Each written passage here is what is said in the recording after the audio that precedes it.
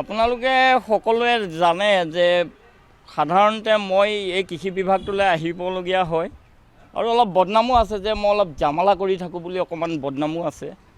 কথাটো হ'ল কি যে মই এজন শ্ৰমজীৱী কৃষক কৃষ্ণাই খাটৰ আৰু মই এটা সংগঠনতো কাম কৰোঁ, কৃষক মুক্তি সংগ্ৰাম সমিতি।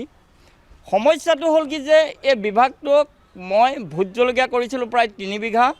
3 মাৰ্চৰ দিনা তেখেতসকলে ইয়াত চেম্পুল ৰাখিলে যে এইটো কি বেমাৰ হৈছে আমি পৰীক্ষা নিৰীক্ষা কৰিম। 3 মাৰ্চ আৰু আজি উত্তৰ একো নাপালোঁ। ভোট জলকীয়া 3 বিঘা খতম নাই। এতিয়া অলপ বেঙেনা খেতি কৰিছিলোঁ মানে 2 বিঘামান। এই বেঙেনাবিলাকো এনেকুৱা অকণমান জাষ্ট মৰিবলৈ ধৰিছে। তাকে বোলে এপাক কৈ যাবলৈ আহিছোঁ।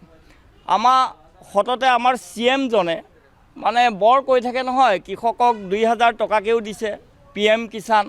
মইতো PM কিষাণ নাপাওঁ আৰু মোক নালাগেও চাগে। 2000 টকাৰে মোৰ কামটো নহ'ব। ল'ৰা প্ৰাইভেট স্কুলত পঢ়াবলগীয়া হৈছে, ছায়েন্সটো নাই। কলেজৰ পৰাতো ছায়েন্স ছাবজেক্ট উঠাই দিলে ন, প্ৰাইভেটকৈ পঢ়াব লাগিব, 2000 টকা দি নহ'ব নহয়। সেইকাৰণে অলপ কৃষি কৰি পেলাই স্বাৱলম্বী হ'ম বুলি ভবা সপোনটো নষ্ট হৈ গৈছে, দুখ লাগিছে। সেইকাৰণে মই মানে যোনজন আমাৰ আঞ্চলিকতাবাদৰ ধ্বজা উৰুৱা কোন অতুল বৰাই চাই চাগে এগ্ৰিকালচাৰ বিভাগটো। অতুল বৰা ডাঙৰীয়া, আঞ্চলিকতাবাদৰ নামত আৰু দালালগিৰি কৰাটো বন্ধ কৰি দিব লাগে। আঞ্চলিকতাবাদ মানে তোমালোকৰ দালালগিৰি আসন মন্ত্ৰী নহয়। আঞ্চলিকতাবাদ মানে হৈছে অসমৰ খিলঞ্জীয়া ভূমিপুত্ৰসকলৰ স্বাৱলম্বীকে নিজে জীয়াই থাকিব পৰা ব্যৱস্থা কৰা। তোমাকতো সন্মানীয় ডক্টৰ হিমন্ত বিশ্ব শৰ্মা ডাঙৰীয়াই এটা ভাল বিভাগ দিছে।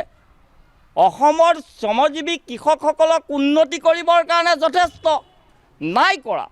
আজি বিষয়াজনে কৈছে যে এইটো মোকহে কাটিবলৈ দিছে দেই, মই কাটিব লাগিব, মইতো চাইণ্টিষ্ট নহয়, মই এজন আৰ্টছ পঢ়া মানুহ, মই নাজানো নহয়। এতিয়া কাটিব লাগিবগৈ। কাটি পেলাই গিলাচ এটাত থ'বলৈ দিছে, তাৰপৰা চাবলৈ দিছে, কিবা লালুটি নিচিনা হ'লে খবৰ দিবলৈ দিছে। মানে এই অৱস্থা এটা বিভাগৰ, জিলা পৰ্যায়ৰ এটা বিভাগৰ এইটো পুতৌ লগা অৱস্থা। তেখেতে দুখেৰে কৈছে তেখেতসকলৰ ওচৰত কৰ্মচাৰী নাই, আজি বিভাগত এপইণ্টমেণ্ট নাই।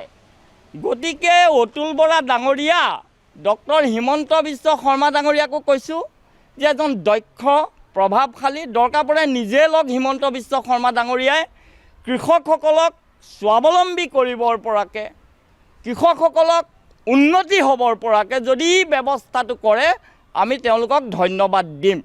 যিকোনো খবৰৰ বাবে যোগাযোগ কৰক 7099017330 লগতে 7099017110 নম্বৰত।